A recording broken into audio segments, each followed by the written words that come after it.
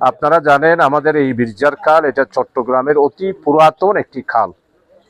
এই খাল আমাদের এই বগার বিল এটা যখন কোনো বিল্ডিং ছিল না, ভবন ছিল না, বসত বাড়ি ছিল না, তখন এই খালের পানি ছিল অত্যন্ত স্বচ্ছ।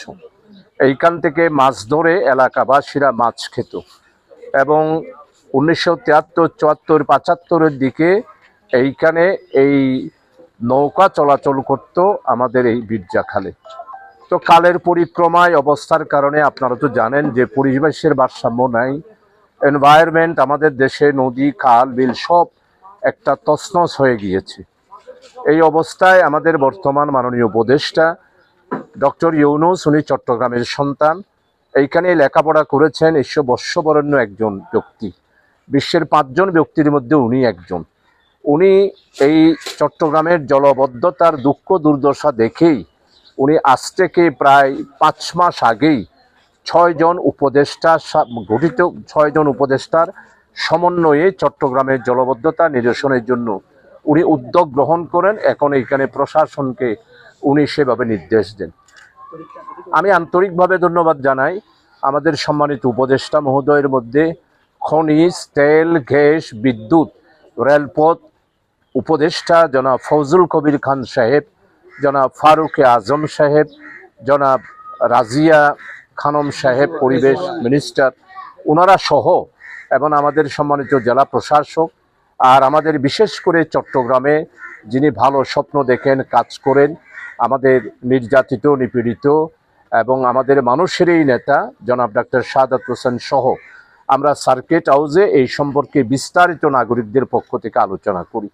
এই আলোচনার পরিপ্রেক্ষিতে বিশেষ করে উপদেষ্টা মহোদয়ের উদ্যোগের কারণেই আমরা এইবারের জলবদ্ধতা নিরসনটা আমাদের একটা চট্টগ্রামের দুঃখ হিসাবে আমরা চিহ্নিত করি এবং এই জলবদ্ধতা নিরসনের জন্য আমরা সবাই সম্মাননীয় উপদেষ্টাদের সাথে কথা দিই।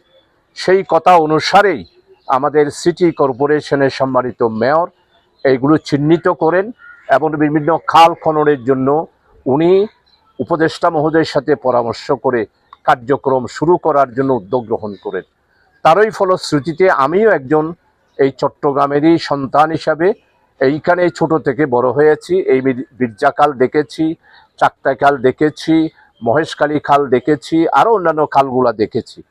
আমরা 1973 সালে দেখেছি কর্ণফুলী থেকে আমরা বোট নিয়ে বদ্দারহাটে যেতে বালতি কোম্পানির খাল আছে ওই খালে আমরা এসেছি, কিন্তু আজকে সব কিছু ভরাট হয়ে গিয়েছে। আমাদের সিটি কর্পোরেশনের উদ্যোগে অতীতে অনেক তারা কাজকর্ম করেছেন, প্রচার করেছেন, তারা চেষ্টা করেছেন, কিন্তু আসলে জলবদ্ধতা নিরসন তারা করতে পারে নাই।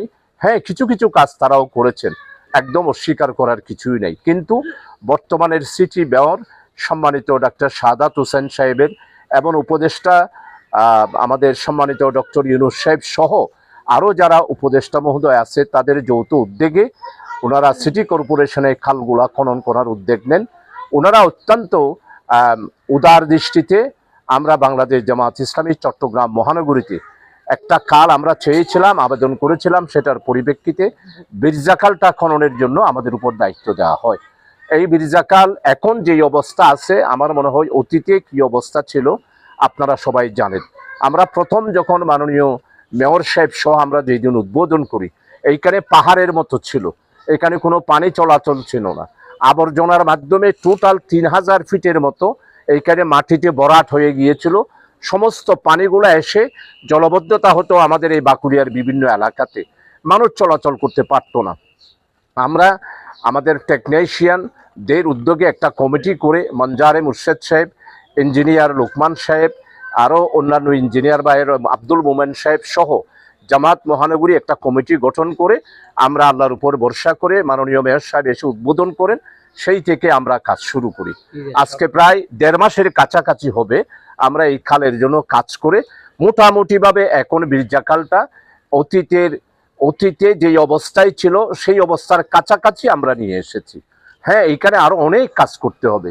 আমি ধন্যবাদ জানাচ্ছি আমাদের মাননীয় মেয়র এবং সেনাবাহিনীর যিনি এখানে দায়িত্ব আছেন ওনাকে এবং সিটি কর্পোরেশনকে। ওনারা আমাদেরকে উৎসাহ দিয়েছেন এবং ময়লা ফেলার জন্য বীজ এখানে উনি আমাদেরকে দান করেছেন এবং উনি আবার এই খাল পরিদর্শনে এসে সরজমিন উনি দেখে গেছেন, কিছু নির্দেশনাও দিয়েছেন। আজকে আমরা বর্ষা, আজকে 3-4 দিন ধরে বৃষ্টি হচ্ছে। আপনারা জানেন এইখানে অনেক জনগণের আবর্জনা আবারও এখানে ফেলেছে। তারপরও 3 ভাগের প্রায় 2 ভাগের কাছাকাছি আমরা সমস্ত ময়লাগুলো প্রতিদিনই নিত্য নতুনের কাজ হিসাবে ময়লাগুলো আমরা তুলতেছি। মেয়র সাহেব এসেছিলেন, সেনাবাহিনীর কর্মকর্তারা এসেছিলেন, ওনাদেরকে আমি আন্তরিকভাবে ধন্যবাদ জানাই। আমরা এই কাজটা চলমান, আমরা এটাকে মানে পূর্ণাঙ্গভাবে খালে রূপান্তরিত করার জন্য যা যা কাজ করা দরকার নিত্য নতুন আমরা সেভাবে কাজ করব।